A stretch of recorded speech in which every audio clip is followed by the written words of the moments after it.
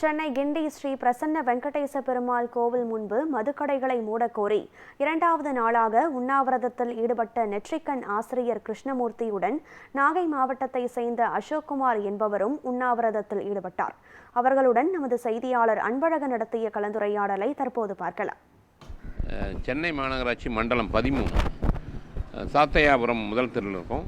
தமிழகத்தில் மதுவிலக்கு வேண்டி குறிப்பாக தமிழகத்தில் உள்ள அனைத்து மதுக்கடைகளையும் மூட வேண்டும் என்று அந்த ஒற்றை நோக்கத்தோடு இன்று தொடர்ந்து உண்ணாவிரதம் இருக்கக்கூடிய ஐயா கிருஷ்ணமூர்த்தி ஐயாவை தான் நம்ம பார்க்க வந்திருக்கோம்.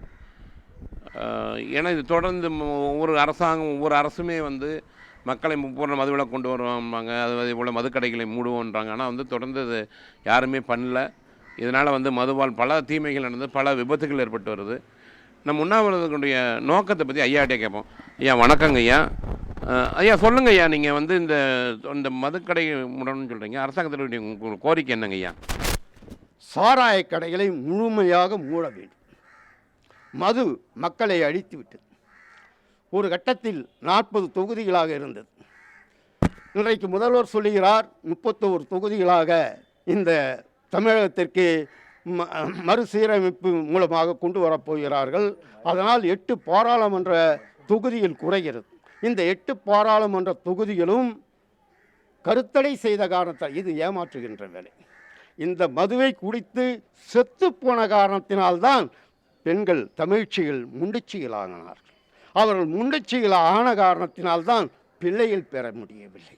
பிள்ளைகள் பிறக்காத காரணத்தினால்தான் தமிழினம் அழிந்தது. இப்பொழுது பாருங்கள், எல்லா ரயில்வே நிலையங்களும் அங்காடிகளும் எல்லா இடங்களிலும் பாருங்கள், எல்லாம் வட மாநிலத்தை அவங்க வரவானான்ட்டு சொல்லலை.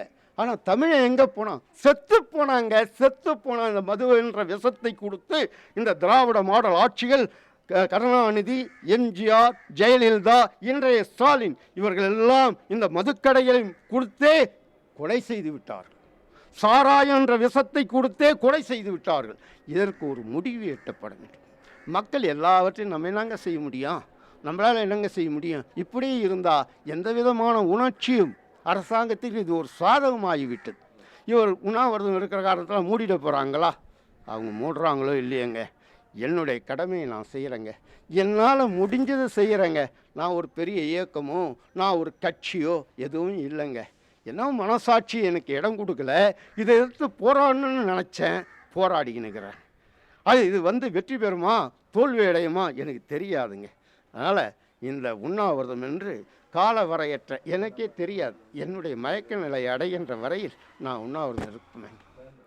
எனக்கு நீண்ட நாட்களாக இந்த மதுவை ஒழிக்க, இந்த கல்லூரி இளைஞர்களை சீரழிக்கின்ற போதைப் பொருட்கள் பாக்கு உள்பட ஒழிக்க நீண்ட காலமாக ஆதங்கத்தோடு இருந்த நிலையில் நேற்றைய தினம் மகாத்மா காந்தி அவருடைய பிறந்த நாள், காமராஜர் அவருடைய நினைவு நாளை முன்னிட்டு சென்னை கிண்டியில் உள்ள நெற்றிக்கண் ஆசிரியர் ஐயா பா கிருஷ்ணமூர்த்தி அவர்கள் உண்ணாவிரதம் இருக்கின்ற செய்தி எனக்கு கிடைத்திருந்தது. அந்த அடிப்படையில் நானும் அவருடன் இணைந்து இந்த உண்ணாவிரதத்தை மேற்கொண்டு இருக்கின்றோம்.